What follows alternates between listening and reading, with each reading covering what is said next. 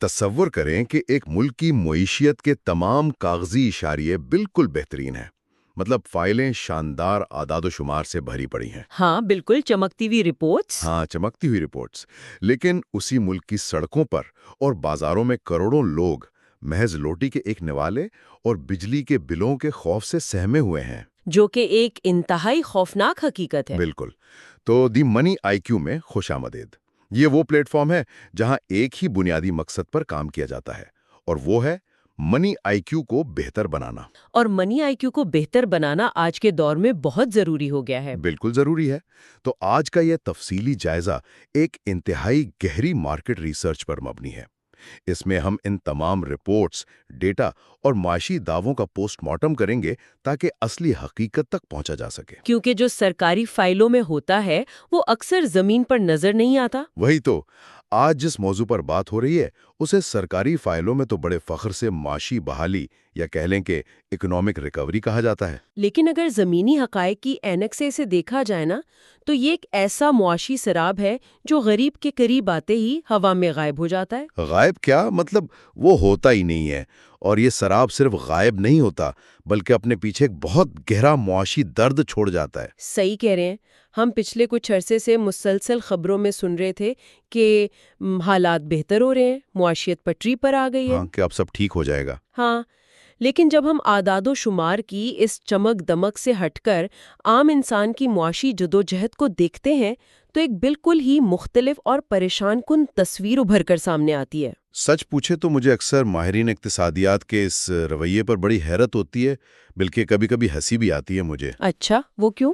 مطلب یہ لوگ اپنی ایکسل شیٹس کی دنیا میں اتنے مگن ہوتے ہیں کہ انہیں لگتا ہے کہ اگر کمپیوٹر کی اسکرین پر گراف کا تیر اوپر کی طرف جا رہا ہے تو بس پورے ملک کا پیٹ بھرنا شروع ہو گیا ہے۔ یہ تو ہے، ان کا دھیان صرف نمبرز پر ہوتا ہے۔ حالانکہ بنیادی حقیقت یہ ہے کہ اعداد و شمار کو ابال کر کھایا تو نہیں جا سکتا نا۔ مطلب ایکسل شیٹ کا پرنٹ آؤٹ نکال کر اس سے روٹی کا نوالا تو نہیں بنایا جا سکتا۔ بالکل، یہ بہت ہی برمرل اور تلخ حقیقت پر مبنی طنز ہے آپ کا، کیونکہ ڈیٹا اور کچن کی جو حقیقت ہے ان کے درمیان ایک وسیع خلیج حائل ہے۔ ایک بہت بڑا فرق ہے۔ ہاں، دراصل وہی آج کی اس گفتگو کا مرکزی نقطہ بھی ہے۔ جب معیشت صرف اوپر کی سطح پر، یعنی پالیسی سازوں کے بند کمروں اور کاغذوں میں ٹھیک ہو رہی ہو اور عام گھرانوں کی قوت خرید مسلسل گر رہی ہو، بالکل، تو اسے معاشی بحالی نہیں بلکہ ایک ساختی المیہ کہا جانا چاہیے۔ تو پھر آئیے اس 4.5% مہنگائی کے نمبر کے پیچھے چھپی حقیقت کو دیکھتے ہیں، ان پہلوؤں کو سامنے لاتے ہیں جن پر عموماً بات ہی نہیں کی جاتی۔ ہاں، کیونکہ ان پر بات کرنا بہت ضروری ہے۔ آخر یہ نام نہاد بحالی اتنی جلدی ختم کیسے ہو گئی؟ شروعات ان اعداد و شمار سے کرتے ہیں جن کو پچھلے کچھ عرصے سے بہت ڈھنڈورا پیٹا جا رہا تھا۔ جی بالکل، جو میکرو انڈیکیٹرز تھے۔ مجھے یہ بتائیں کہ یہ جو کاغذی معاشی بحالی ہے یہ آخر کن بنیادوں پر کلیم کی جا رہی تھی؟